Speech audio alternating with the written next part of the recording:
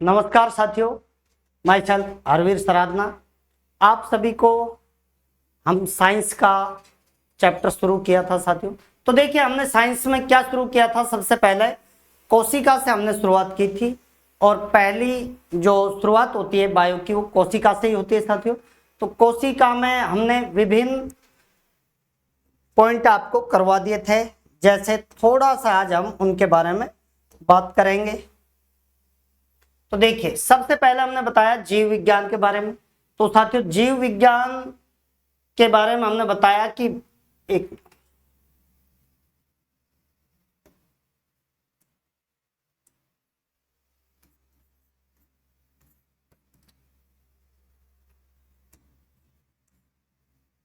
देखिए साथियों, बायो का मतलब क्या होता है जीव, और लॉजोज का मतलब क्या होता है आप सभी को पता है, अध्ययन होता है। ठीक है, उसके बाद हमने जीव विज्ञान की डेफिनेशन बताई कि विज्ञान की वह शाखा जिसके अंतर्गत जीवधारियों के अध्ययन किया जाता है उसे क्या कहा जाता है, जीव विज्ञान कहा जाता है।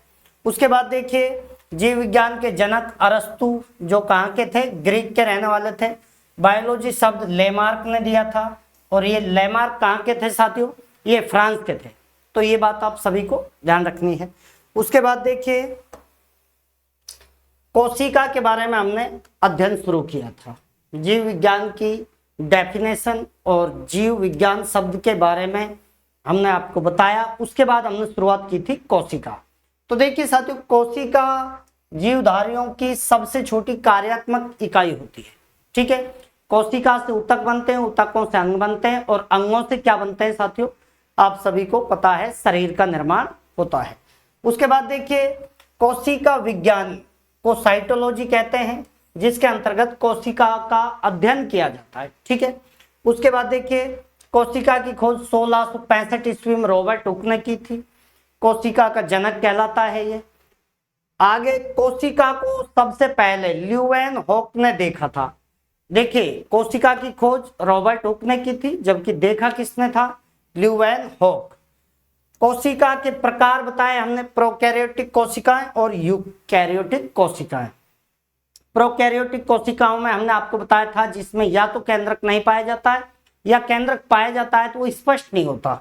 ठीक है, उसके बाद देखिए, प्रोकैरियोटिक कोशिका, जब कोशिका में केंद्रक नहीं पाया जाता है या केंद्रक धुंधला होता है या अस्पष्ट होता है तो उसे क्या कहा जाता है, प्रोकैरियोटिक कोशिका। इसमें जीवाणु, साइनोबैक्टीरिया ये शामिल किए गए थे। यूकैरियोटिक कोशिकाओं में साथियों, जिनमें केंद्रक स्पष्ट पाया जाता है और केंद्रिका भी पाई जाती है। ठीक है, इसमें सभी पेड़ पौधे आते हैं साथियों। उसके अलावा हाइड्रा, जेलीफिश, मेंढक, स्तनधारी, सभी स्तनधारी इसके अंतर्गत आते हैं। ठीक है, यहां तक का बेहतरीन तरीके से आपको समझ आ गया होगा। उसके बाद देखिए, कोशिकाएं, कोशिकाओं से ऊतक, ऊतकों से अंग, अंग से शरीर का निर्माण होता है। उसके बाद देखिए, जीवों का वर्गीकरण देखा था हमने। तो जीवों का सबसे पहले वर्गीकरण किसने किया था, अरस्तु ने किया था। किस किस एक तो जीव समूह और वनस्पति समूह। लेकिन जीवों के द्विनाम वर्गीकरण का जनक कैरोलस लिनियस कहलाता है। कौन कहलाता है साथियों, जीवधारियों के द्विनाम पद्धति का जनक कैरोलस लिनियस, और इन्हें वर्गीकी का पिता या वर्गीकी का जनक कहा जाता है। तो कैरोलस लिनियस को क्या कहा जाता है, वर्गीकी का जनक कहा जाता है। ये बात देखी थी हमने। उसके बाद देखिए, नेक्स्ट देखिए, जीवधारियों का 5 भागों में वर्गीकरण करने वाला कौन था, एच व्हिटेकर, जिसने मोनेरा, प्रोटिस्टा, पादप, कवक, जंतु, इन 5 वर्गों में जीवधारियों को क्या किया था साथियों, वर्गीकृत किया था। ठीक है, अब इसमें देखिए, मोनेरा में प्रोकैरियोटिक कोशिकीय जीव पाए जाते हैं, जैसे जीवाणु, साइनोबैक्टीरिया, ये बताया था हमने।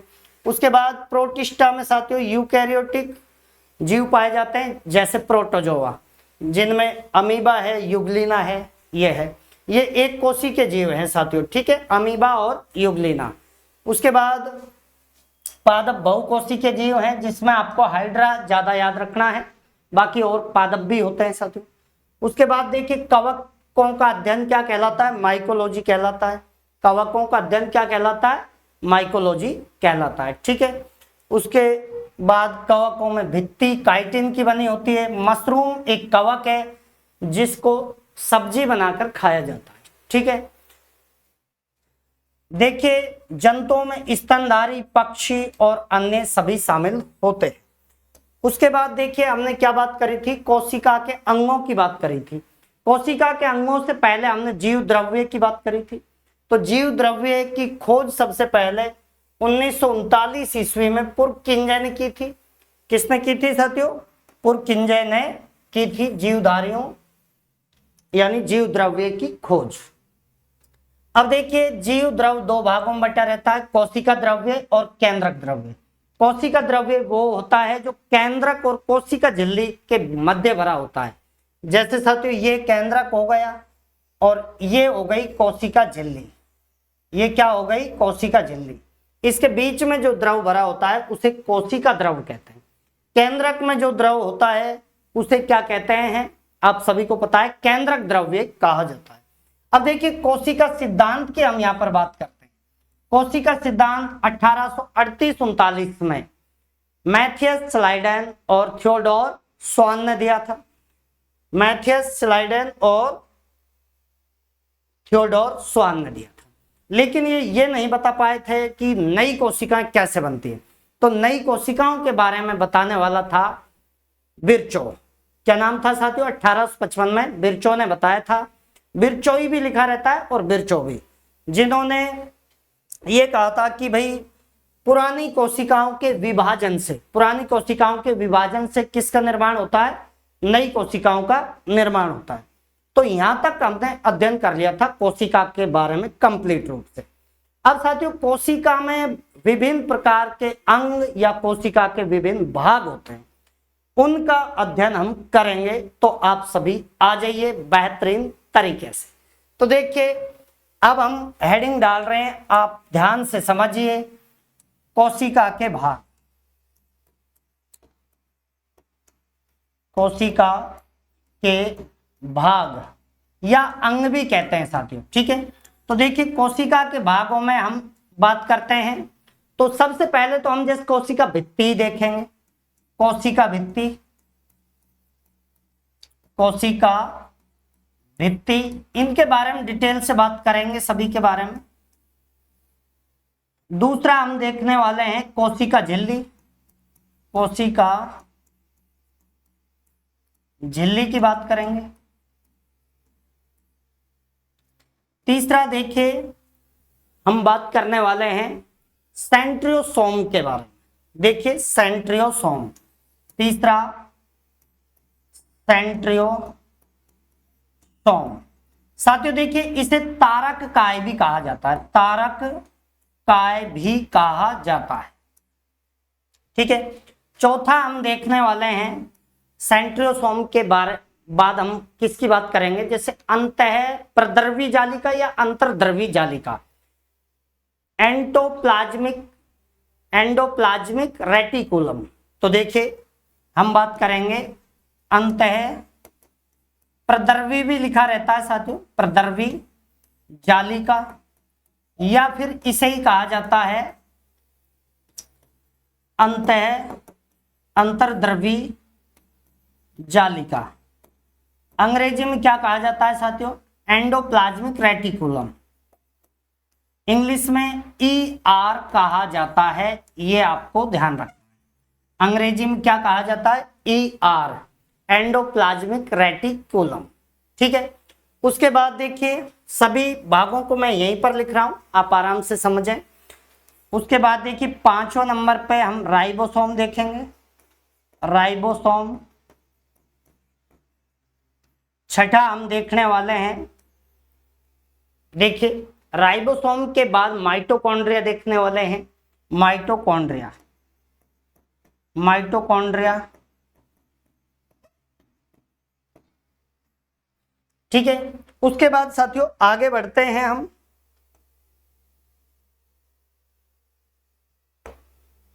तो देखिए कितने हो गए साथियों? 1 मिनट, 6 हो चुके हैं। 7वां देखिए, 7वां माइटोकॉन्ड्रिया के बाद लाइसोसोम की बात करते हैं। Lysosome, lysosome. उसके बाद केंद्रक की बात करेंगे, केंद्रक। उसके बाद गाल्जी काय, गाल्जी काय। ये हम प्रमुख कोशिका के अंगों के बारे में अध्ययन करेंगे। अध्ययन क्या करना है साथियों, देखिए आपको बात ध्यान से समझनी है कि आपसे क्वेश्चन क्या पूछा जाता है। यहां से निम्नलिखित में से कौन सा कोशिका का भाग नहीं है, तो आपको ये पता तो होना ही चाहिए कि 9 प्रमुख क्या है, भाग है। उसके बाद देखिए इनमें मुख्य फैक्ट पूछा जाएगा और इनका खोजकर्ता पूछा जाएगा, खोजकर्ता पूछा जाएगा। तो अब एक एक को हम यहाँ पर अध्ययन करते हैं साथियों। तो देखिए सबसे पहले हमने बात करी थी किसके बारे में, कोशिका भित्ति। अब देखिए कोशिका भित्ति की हम बात करते हैं, कोशिका भित्ति। तो कोशिका भित्ति केवल पादप कोशिकाओं में पाई जाती है। पहला तो ये सवाल बनता है, कोशिका भित्ति पाई जाती है पादप कोशिकाओं में, जंतु कोशिकाओं में, इस तरीके से सवाल बनता है साथियों, ठीक है। तो देखिए ये केवल किन में पाई जाती है, ये केवल पादप कोशिकाओं में पाई जाती है, पादप कोशिकाओं, पादप कोशिकाओं में पाई जाती है। ये आपको ध्यान रखना, पादप कोशिकाओं में पाई जाती है। दूसरा आपसे पूछा जाता है कि भाई कोशिका भित्ति बनी किसकी होती है, तो कोशिका भित्ति किसकी बनी होती है, काइटिन की बनी होती है, ठीक है। सॉरी, पादप कोशिकाओं में वो तो कवक भित्ति बनी होती है, काइटिन की तो ये सेलुलोज की बनी होती है। तो देखिए इसका निर्माण किससे होता है, निर्माण सेल्यूलोज, सेल्यूलोज से होता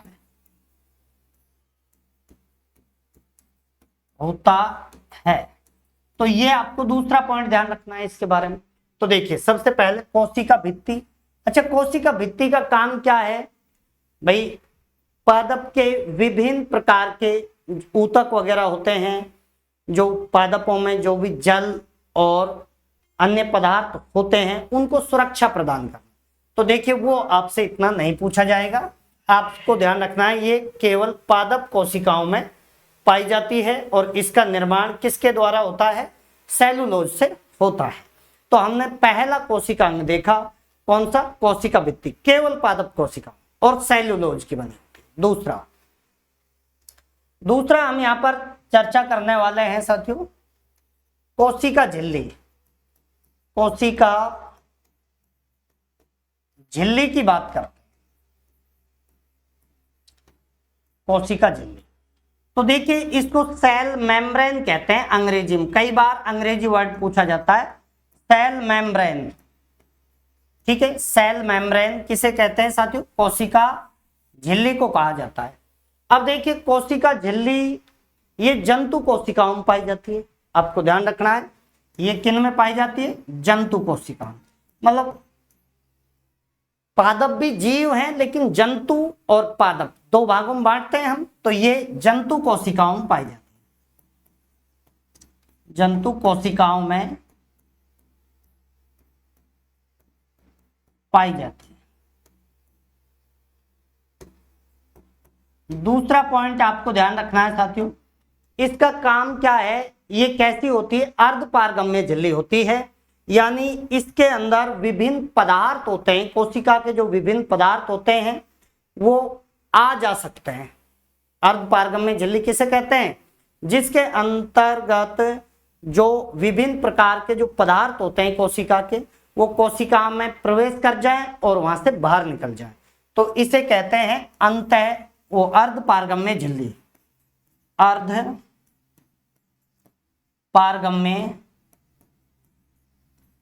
झिल्ली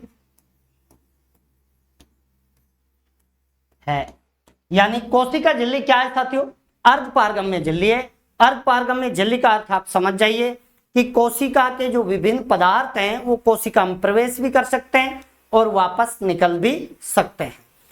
ठीक है, अब देखिए इसकी खोज किसने करी थी, अब आपको खोज ध्यान रखनी है। तो इसकी खोज की थी पोर्टर, पोर्टर ने इसकी खोज की थी, तो आपको पोर्टर यहां ध्यान रखना। ठीक है, यानी कोशिका झिल्ली की खोज किसने की थी साथियों, पोर्टर ने की थी, ये आप सभी को ध्यान रखना। आगे बढ़े साथियों, तो देखिए नेक्स्ट, यहां तक की चीजें आपको समझ में आ गई होंगी। हमने दो कोशिका के अंग देख लिए, एक कोशिका भित्ति देख ली और एक कोशिका झिल्ली के बारे में हमने अध्ययन किया है। यहां तक सिंपल चीजें हैं, कोई प्रकार की समस्या नहीं है। इतना लेवल आप किसी भी एग्जाम के लिए सफिशिएंट रहेगा, चाहे जो भी एग्जाम आप दे दें। ठीक है, अब हम बात करते हैं आगे तीसरा हम देखने वाले हैं अंतःद्रवी जालिका से पहले हम देख लेते हैं सेंट्रोसोम।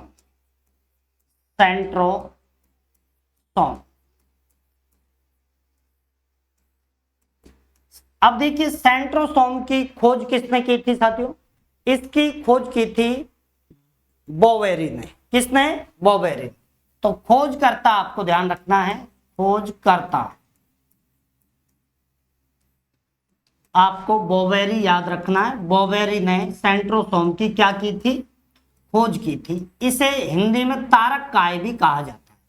तो सेंट्रोसोम में आपको इतना ही ध्यान रखना है कि सेंट्रोसोम की खोज किसने की थी, तो बोवेरी ने इसकी खोज की थी।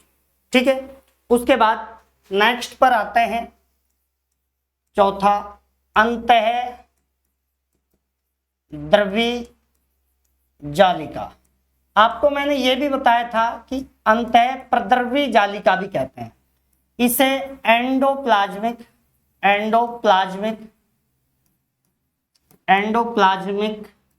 रेटिक्यूलम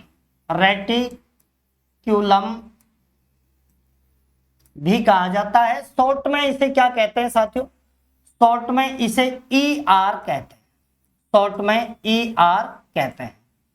अब साथियों देखिए ये क्या होती है, ये काफी इंपॉर्टेंट है, आपको ध्यान रखना है। जिसमें जितना पूछा जाता है उससे भी अपन ज्यादा देने की कोशिश करते हैं। जैसे अब सेंट्रोसोम में यही पूछा जाता है कि इसका खोजकर्ता कौन, बस इतना सफिशिएंट। उसके बाद जैसे अंतःप्रद्रवी जालिका है या अंतःद्रवी जालिका है, इसकी सबसे पहले तो ये होती क्या है, तो साथियों देखिए कोशिका के अंदर विभिन्न नलिका युक्त संरचनाएं बिखरी रहती हैं, जिसे क्या कहा जाता है, अंतःप्रद्रवी जालिका कहा जाता है। देखिए आपको ध्यान से समझना है, कोशिका के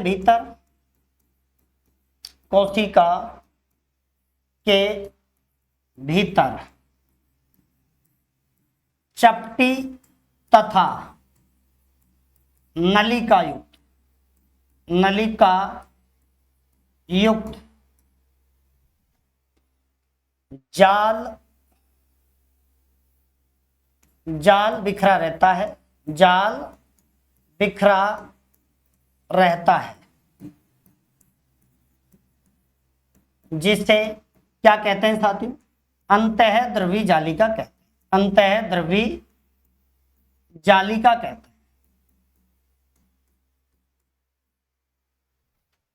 हैं। ये इसकी डेफिनेशन है, फिर से समझें आप थोड़ा सा। देखिए कोशिका के भीतर विभिन्न प्रकार की संरचनाएं बिखरी रहती हैं, जो नलिका युक्त होती हैं, चपटी आकृति की होती हैं। तो वो पूरी कोशिका में एक जालनुमा संरचना बनी होती है पूरी कोशिका के अंदर, जिसे कहते हैं अंतःद्रवी जालिका। यहां तक इसकी डेफिनेशन इतनी इंपॉर्टेंट नहीं थी, लेकिन ये कितने प्रकार की होती है ये पूछा जाता है। तो देखिए ये 2 प्रकार की होती है साथियों। ये कितने प्रकार की होती है, 2 प्रकार की होती है, 2 प्रकार की होती है। अब देखिए 2 प्रकार की क्या क्या नाम है, आपको ये ध्यान रखना है। एक तो साथियों देखिए खुरदरी, एक तो खुरदरी अंतःद्रवी जालिका, अंतःद्रवी जालिका। एक तो खुरदरी होती है साथियों, एक होती है, आपको ध्यान रखना है, एक तो खुरदरी हो गई और एक चिकनी अंतःद्रवी जालिका। एक होती है चिकनी अंतःद्रवी जालिका। अब देखिए यहां पर भी आपको क्या बात ध्यान रखना है। अब इनमें यहीं पर मैं शो कर देता हूं कि इनमें अंतर क्या है। तो जो खुरदरी अंतःद्रवी जालिका है, इसमें क्या राइबोसोम लगे होते हैं। क्या लगे रहते हैं? राइबोसोम लगे होते हैं। बस इतना ध्यान रखना है आपको, लगे होते हैं। आपसे कल को यह पूछ लिया जाए कि भाई खुरदरी अंतःद्रवी जालिका में क्या पाया जाता है, तो इस पर क्या लगे रहते हैं? राइबोसोम लगे रहते हैं। और राइबोसोम का काम क्या है साथियों? प्रोटीन का संश्लेषण करना। राइबोसोम को प्रोटीन की फैक्ट्री भी कहते हैं, हम बात करेंगे। तो आपको यहां से ध्यान रखना है, खुरदरी अंतःद्रवी जालिका जिसमें क्या लगे होते हैं साथियों? राइबोसोम लगे होते हैं, ये आपको ध्यान रखना है। अब चिकनी अंतःद्रवी जालिका, ये किसकी बनी होती है साथियों? ये लिपिड की बनी होती है। लिपिड बोले तो वसा, लिपिड यानी वसा की बनी होती है, इसलिए ये क्या होती है? चिकनी होती है। ठीक है, ये आपको अंतःद्रवी जालिका से ये पॉइंट आपको ध्यान रखना है। ठीक है, बेहद आसान कार्यक्रम, सिंपल है कार्यक्रम। तो देखिए आगे हम बात करें तो देख, नेक्स्ट हम बात करते हैं, हमारा नंबर है साथियों,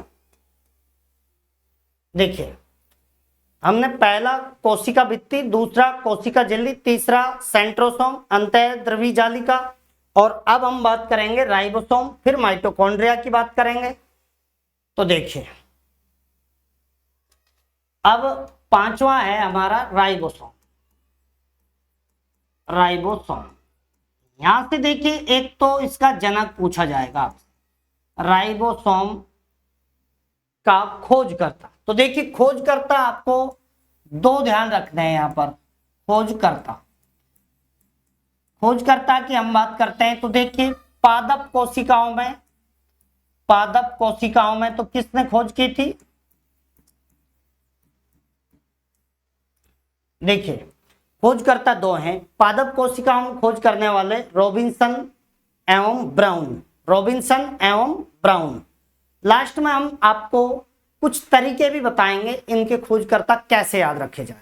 ठीक है, तो रॉबिन्सन एवं ब्राउन ने पादप कोशिकाओं में राइबोसोम की खोज की थी, जबकि जंतु कोशिकाओं में जीई पैलेडे ने की थी।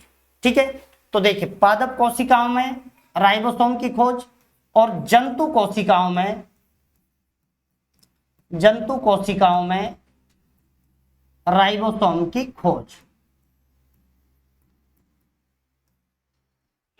तो देखिए भाई पादप कोशिकाओं में 1953 में की थी साथियों। 1953 में आपको ध्यान रखना है, रॉबिन्सन और ब्राउन, ये दो व्यक्तियों के नाम आपको ध्यान रखना। रॉबिन्सन और ब्राउन ने पादप कोशिकाओं में राइबोसोम की खोज की थी। उसके अलावा जंतु कोशिकाओं में खोज की थी, वही 1953 ईस्वी में की थी।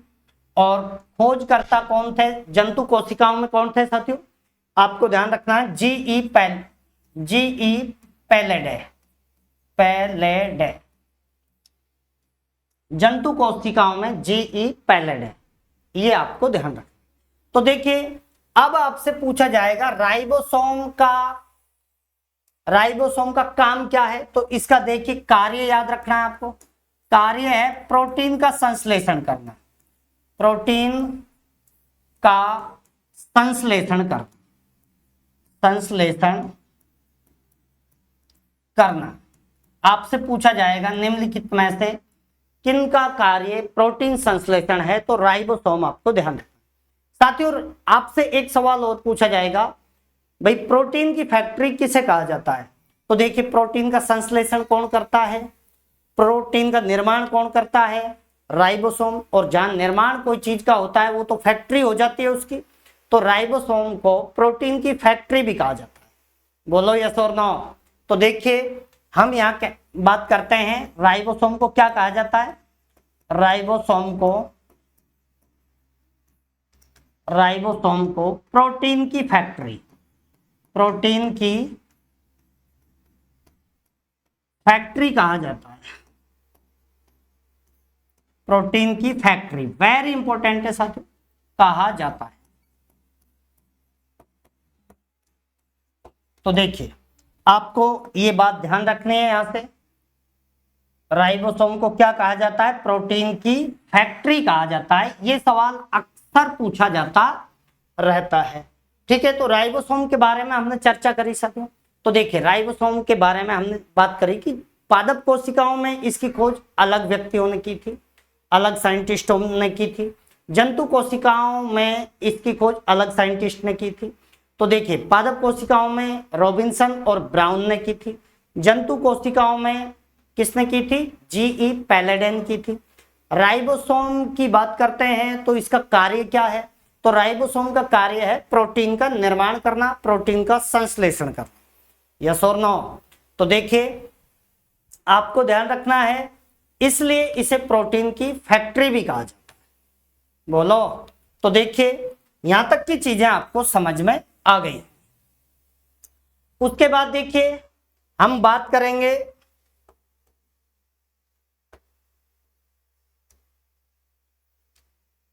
राइबोसोम के बाद माइटोकॉन्ड्रिया की बात करेंगे। माइटोकॉन्ड्रिया, ठीक है। उसके बाद लाइसोसोम की, फिर केंद्रक की, फिर गाल्जी का।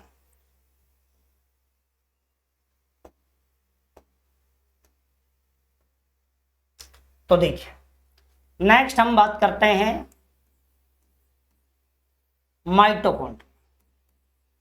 माइटोकॉन्ड्रिया। अब देखिए साथियों माइटोकॉन्ड्रिया का काम क्या है, माइटोकॉन्ड्रिया की खोज किसने की थी, ये सारे सवाल बनते हैं। माइटोकॉन्ड्रिया का कार्य क्या है, माइटोकॉन्ड्रिया की खोज किसने की थी, ये सभी कोशिका के भाग चल रहे हैं। तो देखिए हम यहां पर बात करेंगे साथियों माइटोकॉन्ड्रिया की खोज करने वाला, आपको ध्यान रखना है, खोजकर्ता अल्टमैन था साथियों। क्या नाम था? अल्टमैन। बहुत ज्यादा पूछा जाता है, जहां जो भी पूछा जाएगा निश्चित आपको करवाया जाएगा। तो देखिए माइटोकॉन्ड्रिया की खोज किसने की थी? अल्टमैन ने की थी। जबकि इसे नामकरण किसने दिया था, ये दोनों सवाल बनते हैं। माइटोकॉन्ड्रिया की खोज ये बड़ा मुख्य अंग है भाई कोशिका का, जो मुख्य है उनमें सारी बातें हमने बताई हैं, खोजकर्ता और इसके कार्य क्या है वो सारी बात बताई। तो माइटोकॉन्ड्रिया का खोजकर्ता अल्टमैन, और इसको नामकरण दिया था बेंडा ने। तो ध्यान रखना नामकरण किसने दिया था? नामकरण दिया था साहब बेंडा ने। तो बेंडा ने इसको क्या दिया था? नामकरण। तो ये बात भी आपको ध्यान रखनी। तो देखिए दो बातें हैं यहां से क्लियर हुई, माइटोकॉन्ड्रिया की खोज करने वाले अल्टमैन थे और इसको नामकरण देने वाले थे बेंडा। ये बात ध्यान रहनी चाहिए आपके। उसके बाद देखिए राइबोसोम के बारे में और हम बात करते हैं। तो देखिए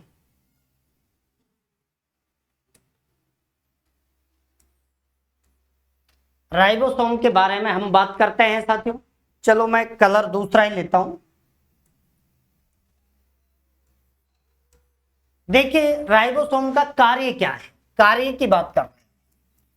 तो इसका कार्य है साथियों ऊर्जा युक्त जो कार्बनिक पदार्थ होते हैं, ऊर्जा से भरपूर जो कार्बनिक पदार्थ होते हैं उनका ऑक्सीकरण करना है। और ऐसा करने से क्या होता है भाई, ऐसा करने से भाई ऊर्जा युक्त जो कार्बनिक पदार्थ हैं उनका ऑक्सीकरण करने से क्या हो जाता है सर?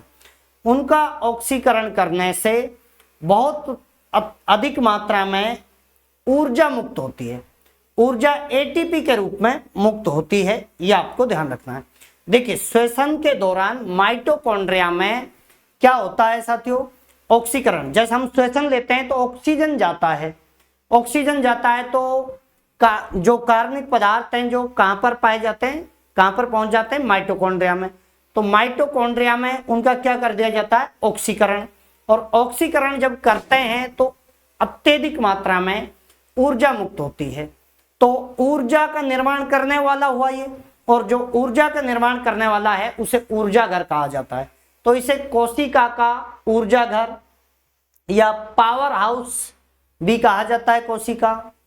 कोशिका का पावर हाउस भी कहा जाता है, कोशिका का बिजली घर भी कहा जाता है। तो देखिए इसका कार्य क्या है, आपको ध्यान रखना है। कार्बनिक पदार्थ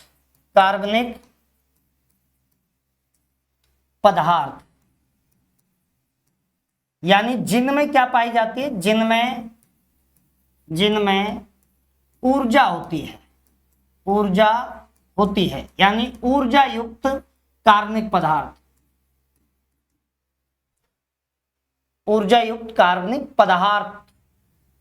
उनका क्या करता है ये, ऑक्सीकरण। तो देखिए आपको ध्यान रखना है कि भाई वे कार्बनिक पदार्थ जिनमें क्या होती है, ऊर्जा होती है, उनका क्या करते हैं, ऑक्सीकरण होता है यहाँ पर। और ऑक्सीकरण होने से अत्यधिक ऊर्जा प्राप्त होती है। अत्यधिक क्या प्राप्त होती है साथियों, एनर्जी प्राप्त होती है, ऊर्जा प्राप्त होती है। अब देखिए यहां से आपको अच्छे से ये बात ध्यान रखनी है कि साहब कार्य क्या है।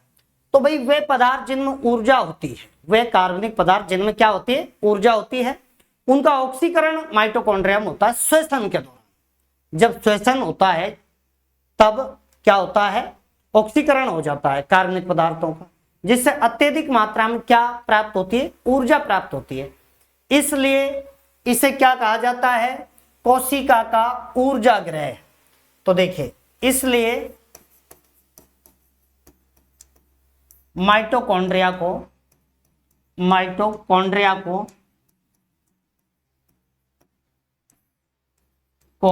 कोशिका का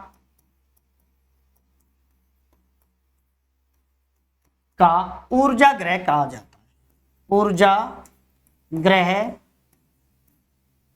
कहा जाता है।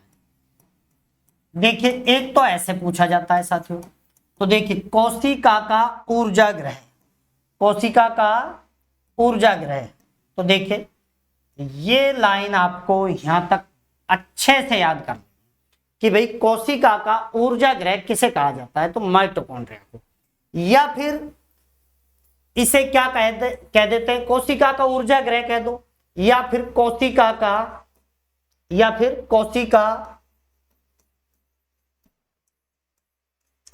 का शक्ति गृह कहा जाता है, शक्ति गृह कहा जाता है। तो देखिए कोशिका का ऊर्जा गृह पूछ लिया जाए आपसे, या कोशिका का शक्ति गृह पूछ लिया जाए कि भाई किसे कहा जाता है, तो आपको अच्छे से ध्यान रखना है किसे कहा जाता है, माइटोकॉन्ड्रिया को। अब देखिए माइटोकॉन्ड्रिया से फिर से हम बातें करते हैं, क्या क्या पॉइंट पूछे जाते हैं। तो देखिए माइटोकॉन्ड्रिया की खोज किसने की थी, अल्टमैन ने की थी। नामकरण किसने दिया था, बेंडा ने दिया था। इसका कार्य क्या है, तो देखिए वे कार्बनिक पदार्थ जो ऊर्जा से भरपूर होते हैं उनका श्वसन के दौरान ऑक्सीकरण कर देता है, जिससे अत्यधिक मात्रा में ऊर्जा मिलती है। इस वजह से इसे क्या कहा जाता है, कोशिका का ऊर्जा गृह कहा जाता है, ऊर्जा घर या ऊर्जा गृह या पावर हाउस कहा जाता है।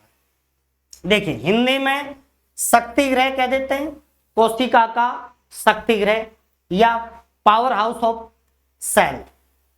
ऑफ सेल, यानी कोशिका का पावर हाउस भी किसे कहा जाता है साथियों, माइटोकॉन्ड्रिया को कहा जाता है। इतनी बातें आपको माइटोकॉन्ड्रिया से ध्यान रखनी है, ठीक है। उसके बाद देखिए हम नेक्स्ट क्या देखने वाले हैं,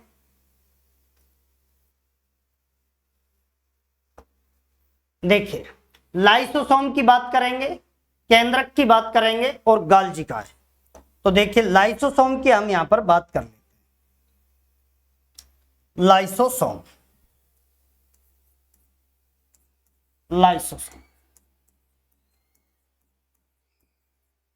अब देखिए लाइसोसोम के बारे में भी साथियों आपको सबसे पहला क्वेश्चन तो यही ध्यान रखना है कि भाई इसकी खोज किसने की थी, यानी खोजकर्ता, लाइसोसोम के खोजकर्ता।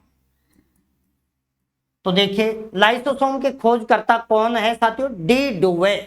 क्या नाम है, डी डुवे। ये भी बहुत ज्यादा पूछा जाता है।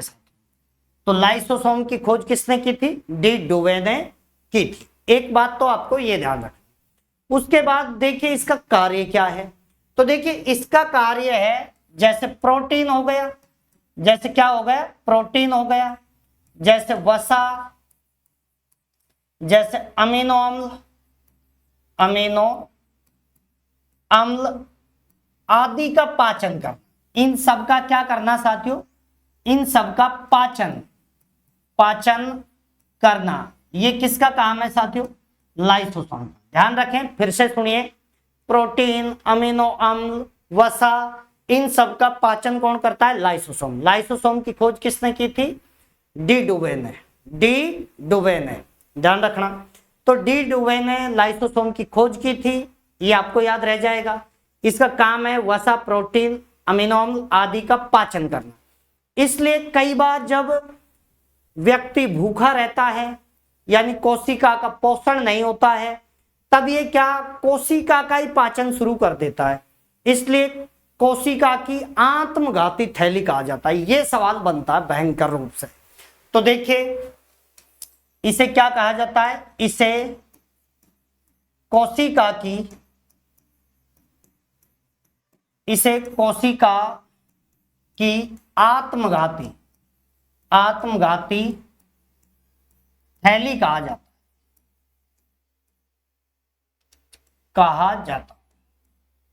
देखिए फिर से समझे साथियों, कोशिका की आत्मघाती थैली किसे कहा जाता है, यह सवाल आपसे पूछा जाएगा। तो आपको ध्यान रखना है, आत्मघाती थैली आपको अच्छे से ध्यान रखनी है लाइसोसोम के बारे में। लाइसोसोम की खोज किसने की थी, डी डुवे ने की थी। लाइसोसोम को क्या कहा जाता है, कोशिका की आत्मघाती थैली। ऐसा क्यों कहते हैं सर, ऐसा इसलिए कहते हैं क्योंकि इसका काम क्या है, पाचन करना है। अब पाचन करना इसका जब काम है, तो जब कोशिकाओं में पोषण नहीं होता है, यानी व्यक्ति भोजन नहीं करता है, तब ये कोशिका का ही भक्षण कर जाते हैं। कोशिका का ही लाइसोसोम क्या कर देता है, भक्षण कर लेता है। इसलिए कोशिका की आत्मघाती थैली भी इसे कहा जाता है। बोलो। उसके बाद देखिए नेक्स्ट हम क्या देखने वाले हैं साथियों, नेक्स्ट हम देखेंगे केंद्रक और फिर गाल्जी का।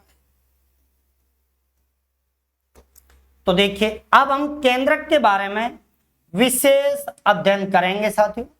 केंद्रक,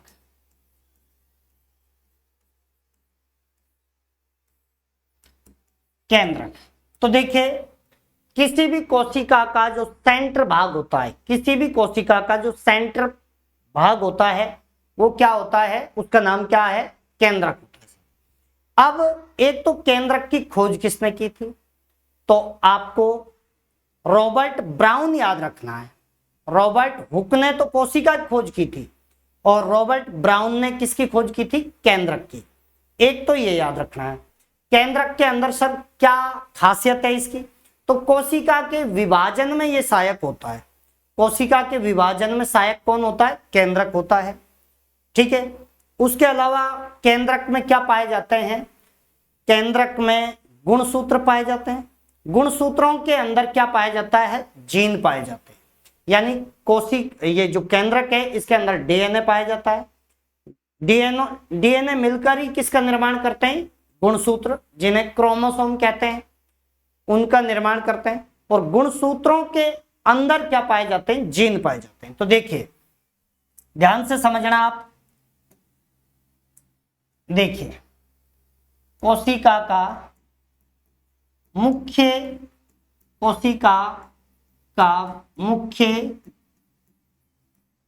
सेंट्रल भाग क्या कहलाता है, केंद्रक कहलाता है। केंद्रक कहलाता है। एक बात तो ये इतनी इंपॉर्टेंट नहीं है, लेकिन दूसरी पॉइंट आपको ध्यान रखना है, दूसरा पॉइंट आपको क्या करना है, ध्यान रखना है। तो देखिए, हम सबसे पहले बात करते हैं केंद्रक के बारे में। कोशिका का जो मुख्य सेंट्रल भाग होता है उसे क्या कहा जाता है, केंद्रक कहा जाता है। और केंद्रक का मुख्य काम कोशिका विभाजन है साथियों। तो देखिए, कार्य क्या है, कोशिका विभाजन। कोशिका विभाजन यानी कार्य तो नहीं है, पर कोशिका का विभाजन जब शुरू होता है तो कहां से शुरू होता है साथियों, केंद्रक से शुरू होता है। कोशिका का जो विभाजन शुरू होता है वो कहां से शुरू होता है, केंद्रक से। केंद्रक के अंदर क्या पाया जाता है, केंद्रिका भी पाई जाती है। केंद्रिका भी पाई जाती है, केंद्रिका भी पाई जाती है। ये आपको ध्यान रखना है, आपको ये बात अच्छे से ध्यान रखना है कि केंद्रक के अंदर क्या पाई जाती है, केंद्रिका। न्यूक्लियस भी कहते हैं उसे, ठीक है। अब हम बात करते हैं इसकी खोज किसने की थी। तो आपको खोजकर्ता याद रखना है, खोजकर्ता रॉबर्ट ब्राउन। क्या नाम है साथियों, रॉबर्ट ब्राउन। Robert brown. तो ये आपको अच्छे से ध्यान रखना है, केंद्रक का खोजकर्ता रॉबर्ट ब्राउन। अब देखिए, केंद्रक में आपको ध्यान रखना है डीएनए पाया जाता है। क्या पाया जाता है, डीएनए पाया जाता है।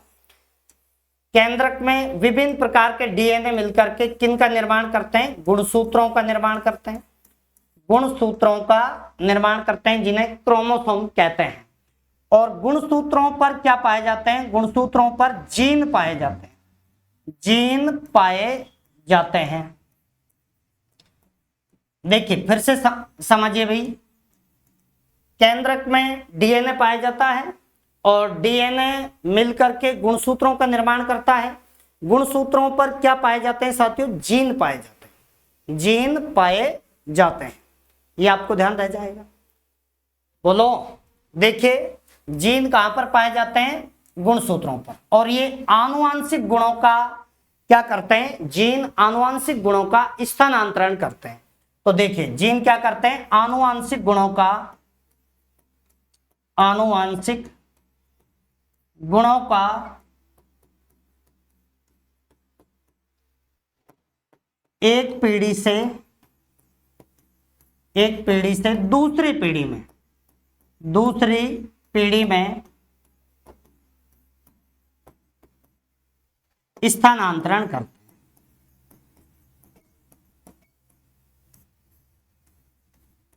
हैं।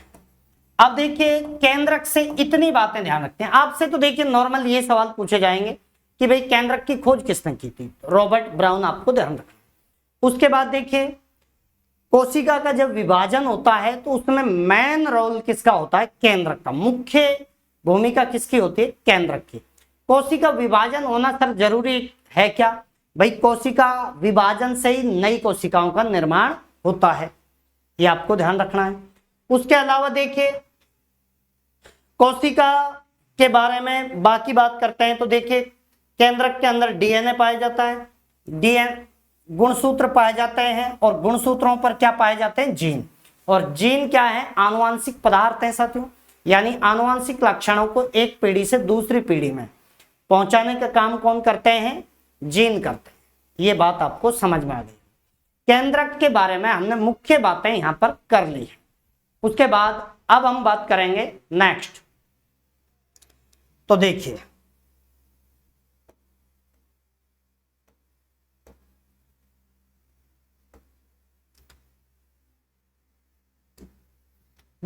लाइसोसोम के बारे में हम क्या करते हैं, लाइसोसोम देख ले, गाल्जी काय, गाल्जी काय के बारे में हम अध्ययन करते हैं। तो देखिए,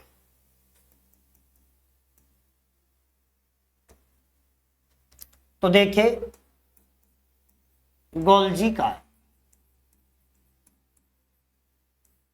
गोल्जी काय की हम बात करते हैं। तो देखिए, एक तो इसका आपको ध्यान रखना है, खोजकर्ता कौन था? Camillo Golgi. ध्यान रखना है, खोजकर्ता। तो देखिए खोजकर्ता कौन था साथियों? खोजकर्ता कैमिलो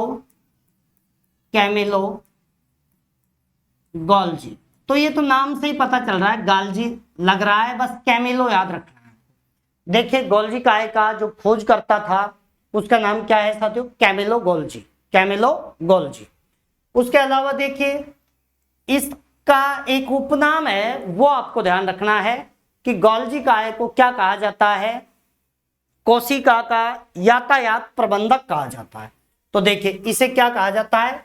कोशिका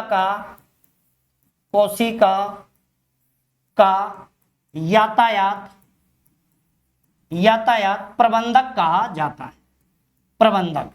तो देखिए यहां पर हमने मुख्य कोशिका अंगों के बारे में बात कर ली। कोशिका के जितने भी अंग हैं उन सब के बारे में हमने बात करी। ठीक है साथियों, अब एक बार शॉर्ट में हम इन सब के बारे में थोड़ा थोड़ा बता देते हैं। तो आप एक बार बैक की स्लाइड पर आ जाइए। देखिए साथियों, कोशिका भित्ति पादप कोशिकाओं में पाई जाती है और ये किसकी बनी होती है? सेलुलोज की। कोशिका झिल्ली ये जंतु कोशिकाओं में पाई जाती है और ये अर्ध पारगम्य झिल्ली होती है। उसके बाद देखिए सेंट्रोसोम को तारक काय भी कहा जाता है और इसकी खोज बोवेरी ने की थी। सेंट्रोसोम बोवेरी, ये याद रखना है, सेंट्रोसोम बोवेरी। उसके बाद अंतःप्रद्रवी जालिका, ये दो प्रकार की होती है। एक तो होती है, आपको खुरदरी ध्यान रखनी है, जिन पर राइबोसोम लगा होता है। एक लिपिड यानी वसा की बनी होती है जो चिकनी होती है। ठीक है, उसके बाद देखिए राइबोसोम की खोज पादप कोशिकाओं में तो किसने की थी? रॉबिन्सन एवं ब्राउन ने। और जंतु कोशिकाओं में जी.ई. पैलेडे ने की थी। राइबोसोम को प्रोटीन की फैक्ट्री भी कहा जाता है। माइटोकॉन्ड्रिया की बात करते हैं। माइटोकॉन्ड्रिया की खोज की थी अल्टमैन ने और नामकरण दिया था बेंडा ने। अल्टमैन ने खोज माइटोकॉन्ड्रिया की और बेंडा ने क्या दिया था? नाम दिया था। ठीक है, उसके अलावा इसे माइटोकॉन्ड्रिया को क्या कहा जाता है? कोशिका का पावर हाउस या कोशिका का बिजली घर या कोशिका का शक्ति गृह कहा जाता है। उसके बाद आगे बात करी थी हमने लाइसोसोम की खोज किसने की थी साथियों? डी डुवे ने की थी। लाइसोसोम को क्या कहा जाता है? आत्मघाती थैली कहा जाता है, आत्मघाती थैली कहा जाता है। उसके बाद देखिए केंद्रक। तो देखिए केंद्रक की खोज किसने की थी? आप सभी को ध्यान रखना है, रॉबर्ट ब्राउन ने। केंद्रक में डीएनए पाया जाता है, इसमें गुणसूत्र पाए जाते हैं। गुणसूत्रों के अंदर जीन पाए जाते हैं जो आनुवांशिक गुणों को एक पीढ़ी से दूसरी पीढ़ी में पहुंचाते हैं, ये आपको ध्यान रखना है। उसके बाद देखिए गोल्जी काय की बात करी हमने, तो गोल्जी काय की खोज किसने की थी? कैमिलो गोल्जी ने, और इसे कोशिका का यातायात प्रबंधक कहा जाता है। तो मुख्य हमने जितने भी कोशिका के अंग थे उनके बारे में अध्ययन कर लिया। लेकिन साथियों यहाँ पर डीएनए की बात हुई है, तो डीएनए और आरएनए के बारे में थोड़ा सा अध्ययन और करते हैं। उसके बाद आपकी क्लास को विराम देते हैं और कल से हम पढ़ेंगे फिर विभिन्न प्रकार के जो तंत्र हैं शरीर के, उनका अध्ययन करेंगे पहले। ठीक है, तो देखिए आगे हम बढ़ते हैं।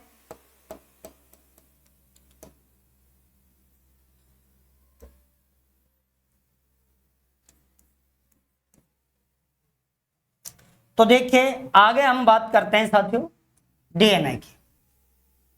डीएनए, तो देखिए एक तो डीएनए की फुल फॉर्म ही पूछी जाती है, डीऑक्सी राइबोज न्यूक्लिक एसिड। तो देखिए deoxy ribose nucleic acid. Hindi में बात करते हैं तो हिंदी में वही आता है डीऑक्सी राइबोज न्यूक्लिक अम्ल। एसिड की बजाय अम्ल बोल देते हैं बस, ये तो इसकी फुल फॉर्म है। देखिए इसकी कैसी संरचना होती है, संरचना की हम बात करते हैं तो संरचना दोहरी होती है साथ।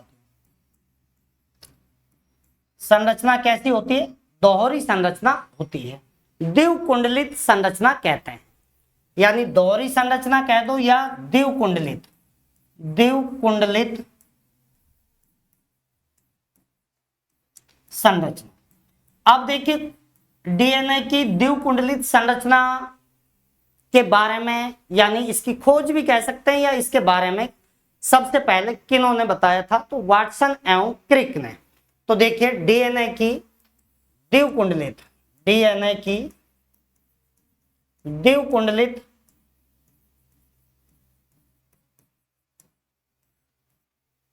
द्विकुंडलित संरचना के बारे में वाटसन एवं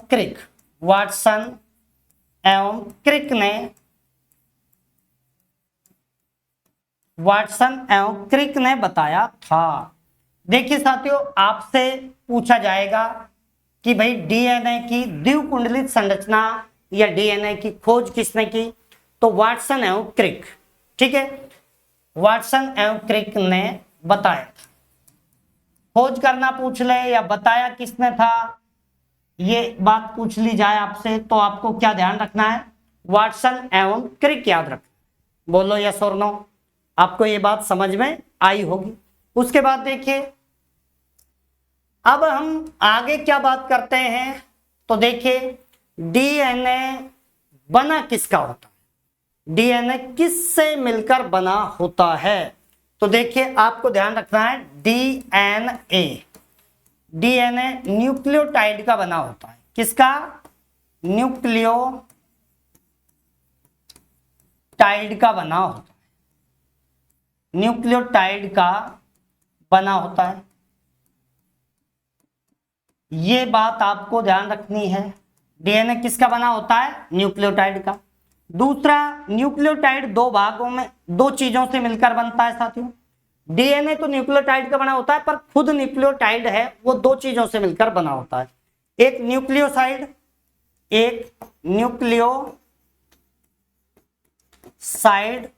और दूसरा आपको ध्यान रखना है फॉस्फेट। क्या, फॉस्फेट। तो देखिए आपको सबसे पहले ध्यान रखना है, डीएनए का निर्माण किससे होता है, न्यूक्लियोटाइड से। लेकिन न्यूक्लियोटाइड दो चीज से मिलकर बना होता है, एक का नाम है न्यूक्लियोसाइड और दूसरे का नाम है फॉस्फेट। ठीक है, अब जो न्यूक्लियोटाइड है इसका भी निर्माण दो चीजों से होता है। एक तो आपको इसके बारे में ध्यान रखना है कि इसमें क्या होता है, सुगर यानी शर्करा। एक तो देखिए न्यूक्लियोसाइड के अंतर्गत क्या होता है, शर्करा, और एक होता है बेस यानी क्षार। तो इतना तो आपको इसके निर्माण के बारे में ध्यान रखना है। देखिए सबसे पहले डीएनए का फुल फॉर्म ध्यान रखना है, डीऑक्सीराइबोज न्यूक्लिक एसिड। ठीक है, डीएनए की द्विकुंडलित संरचना होती है जिसके बारे में किसने बताया, वाटसन एवं क्रिक ने बताया था। उसके बाद हमने बताया कि साहब ये डीएनए बना किसका होता है, डीएनए किसका बना होता है, तो न्यूक्लियोटाइड का बना होता है। लेकिन न्यूक्लियोटाइड किससे बना होता है, डीएनए बहुत, भाई देखिए बहुत सारे न्यूक्लियोटाइड मिलकर के डीएनए बनाते हैं। ठीक है, लेकिन न्यूक्लियोटाइड भी दो चीजों से मिलकर बना होता है, एक न्यूक्लियोसाइड और एक फॉस्फेट। फिर जो न्यूक्लियोसाइड है वो दो चीजों से मिलकर बना होता है, एक शर्करा और दूसरा आपको ध्यान रखना है क्या, क्षार। ठीक है, अब हम डीएनए की संरचना बताते हैं और क्षार का क्रम बताते हैं आपको। तो देखिए द्विकुंडलित संरचना डीएनए की कैसी होती है वो हम बात करते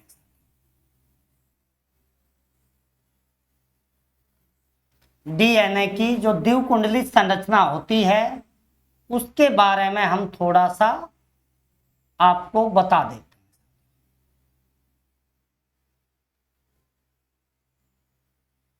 तो ये डीएनए की क्या होती है, द्विकुंडलित संरचना, डीएनए की द्विकुंडलित संरचना।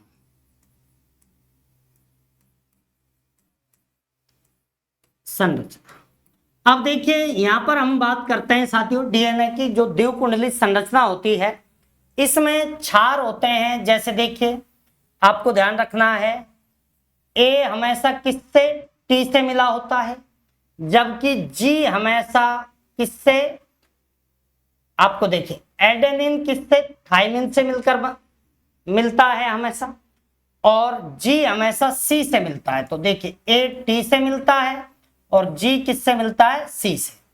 ए टी से और जी सी से, इतना याद रखना है इसमें।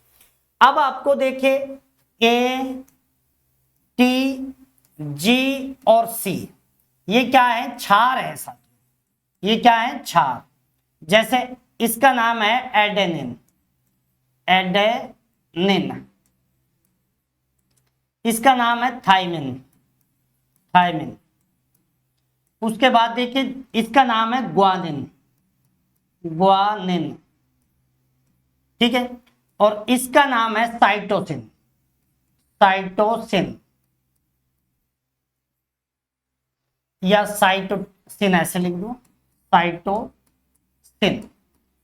अब आपको ध्यान क्या रखना है, यहां पर आपसे पूछा जाएगा एडेनिन किससे मिलता है, ग्वानिन किससे मिलता है, ऐसे सवाल बनते हैं। तो देखिए ए हमेशा किससे मिलता है, टी से। ए हमेशा किससे मिलता है, टी से। तथा जी हमेशा किससे मिलता है, या सी हमेशा किससे मिलता है, जी से। तो आपको कैसे याद रखना है, जैसे ए और टी, तो देखिए नॉर्मल ऐसे याद रख लेना है, अलवर तिजारा, अलवर तिजारा, अलवर तिजारा 2-4 बार याद रखोगे तो आपको याद आ जाएगा, ए टी से मिलता है। उसके बाद छत्तीसगढ़, छत्तीसगढ़, छत्तीसगढ़, सी से छत्तीस, जी से गढ़, तो सी हमेशा किससे, ग्वानिन से मिलता है। ये डीएनए की हमने संरचना के बारे में आपको बता दिया, और ये किस तरीके से बनी होती है वो सारी बातें बता दी। अब हम थोड़ा आरएनए के बारे में अध्ययन और कर लेते हैं साथियों। तो देखिए अब हम बात करते हैं आरएनए, आरएनए। तो देखिए आरएनए का फुल फॉर्म होता है ribose, ribose nucleic acid, nucleic acid. देखिए आरएनए का मुख्य काम क्या होता है, राइबोज न्यूक्लिक एसिड। ठीक है, अब हम बात करते हैं। तो देखिए इस पर राइबोसोम लगे होते हैं, क्या लगे होते हैं, राइबोसोम। तो राइबोसोम लगे होते हैं, तो सर ये तो फिर आरएनए पर राइबोसोम लगे होते हैं, तो यहां पर तो प्रोटीन का निर्माण होता होगा। बिल्कुल, यहां पर किसका निर्माण होता है, प्रोटीन का फिर निर्माण होता है, क्योंकि प्रोटीन की फैक्ट्री किसे कहते हैं, आरएनए को कहा जाता है, प्रोटीन का निर्माण होता है। ये बात आपको यहां से ध्यान रखना। अब देखिए आरएनए कई प्रकार का होता है, जैसे आरएनए,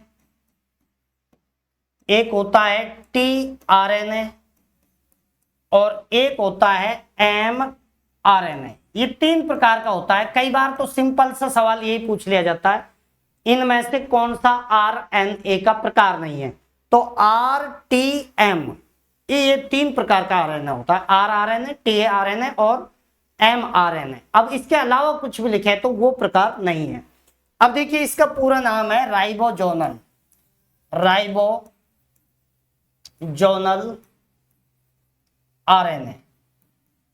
आरएनए का फुल फॉर्म बता ही दिया, यानी जिस पर राइबोसोम लगे होते हैं।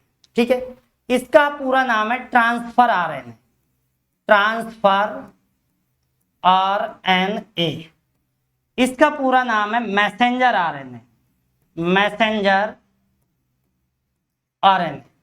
अब साथियों देखिए ये तो क्या अमीनो अम्लों की पहचान करता है, अमीनो अम्लों की पहचान,